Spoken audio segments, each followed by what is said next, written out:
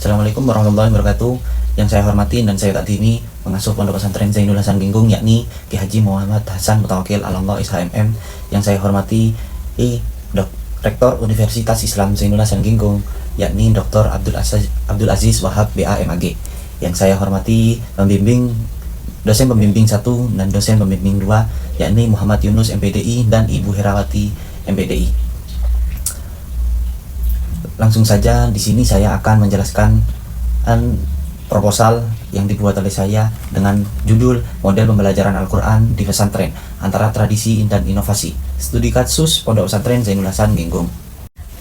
Meskipun tetap menjunjung nilai tradisi, kini pesantren dihadapkan pada tuntutan untuk beradaptasi dengan perkembangan ilmu pengetahuan dan teknologi. Hal ini menyebabkan perubahan dalam model pembelajaran Al-Quran yang sebelumnya mengandalkan hafalan dan tafsir konvensional melalui pendekatan langsung antara kiai dan santri, menjadi lebih modern dengan mengintegrasikan teknologi, pengajaran berbasis digital, serta pendekatan interaktif yang menawarkan dinamika pembelajaran yang lebih inovatif. Pondok Pesantren Zainul Hasan Ginggung sebagai salah satu pesantren yang memiliki pengalaman pengajaran agama telah berupaya untuk mengkombinasikan antara metode tradisional dan inovatif. Keberadaan inovasi ini tidak serta-merta menggantikan peran metode tradisional yang telah lama diterapkan, melainkan lebih sebagai pelengkap yang memudahkan akses pembelajaran, mempercepat pemahaman, dan memperluas cakupan pengajar pada para santri yang berasal dari berbagai latar belakang. Oleh karena itu, penting untuk mengkaji bagaimana Pondok Pesantren Zainul Hasan Ginggung mengimplementasikan model pembelajaran Al-Quran yang menggabungkan antara tradisi dan inovasi. Peneliti ini bertujuan untuk menggali lebih dalam mengenai model pembelajaran yang diterapkan di pesantren tersebut. Berdasarkan latar belakang tersebut, maka dirumuskanlah masalah bagaimana penerapan model pembelajaran tradisional di Al-Quran di Pondok Pesantren Zainul Hasan Ginggung. Apa saja metode dan teknik yang digunakan dalam pembelajaran Al-Quran secara tradisional? Bagaimana penggunaan teknologi dan media digital diintegrasikan dalam pembelajaran? Bagaimana pesantren dapat mengatasi tantangan dalam mengintegrasikan metode tradisional dan inovatif dalam satu sistem pembelajaran yang efektif? Fokus penelitian untuk mengetahui perbandingan dan analisis antara metode pembelajaran Al-Quran tradisional dan inovatif yang diterapkan di pesantren, serta dampak dari kedua pendekatan tersebut terhadap pemahaman yang pengalaman ajaran Al-Quran oleh santri. Tujuan peneliti. Adapun tujuan yang ingin dicapai dalam peneliti yaitu ada 4. Yang pertama, untuk mengetahui bagaimana penerapan model pembelajaran tradisional di Al-Quran di Pondok Pesantren Zainul Hasan Ginggung. Yang kedua, untuk mengetahui apa saja metode dan teknik yang digunakan dalam pembelajaran Al-Quran secara tradisional. Yang ketiga, untuk mengetahui bagaimana penggunaan teknologi dan media digital diintegrasikan dalam pembelajaran. Yang terakhir atau yang keempat, untuk mengetahui dan memberikan gambaran bagaimana pesantren dapat mengatasi tantangan dalam mengintegrasikan metode tradisional dan inovatif dalam satu sistem pembelajaran yang efektif.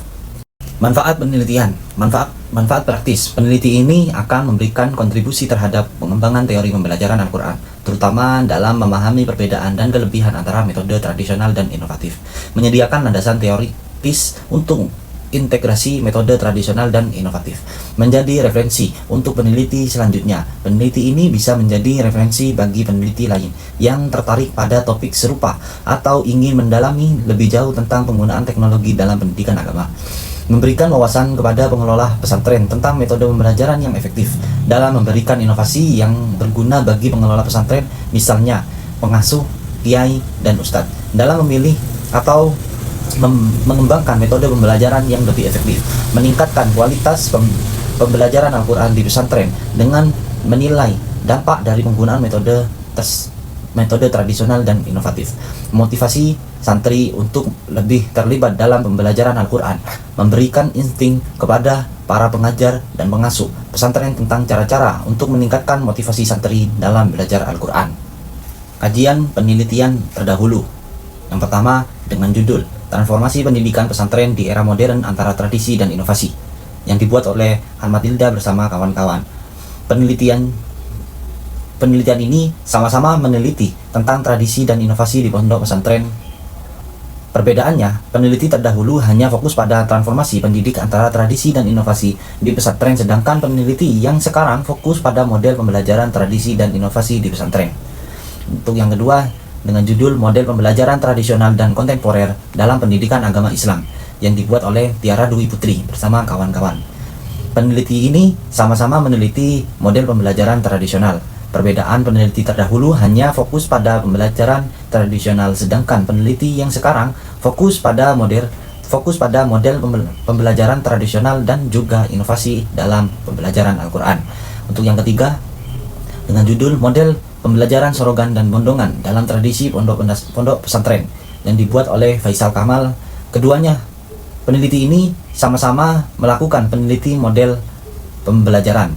Perbedaannya, peneliti terdahulu hanya memfokuskan dalam model pembelajaran sorogan dan bondongan, sedangkan peneliti yang sekarang memfokuskan model pembelajaran Al-Quran, tradisi, dan inovasi. Kajian teori, model pembelajaran di pesantren, model pembelajaran Al-Quran tradisional, inovasi pembelajaran Al-Quran. Model pembelajaran di pesantren. Secara umum, model dapat diartikan sebagai suatu kerangka konseptual yang berfungsi sebagai panduan dalam melaksanakan suatu kegiatan. Istilah model merujuk pada pengertian pertama, yakni sebagai kerangka konseptual. Dengan demikian, yang dimaksud dengan model pembelajaran adalah kerangka konseptual dan prosedur dan sistematis dalam mengatur pengalaman belajar untuk mencapai tujuan pembelajaran tertentu, serta berfungsi sebagai pedoman bagi perancang pembelajaran dan pendidik dalam merancang dan melaksanakan aktivitas pembelajaran. Model pembelajaran Al-Quran tradisional.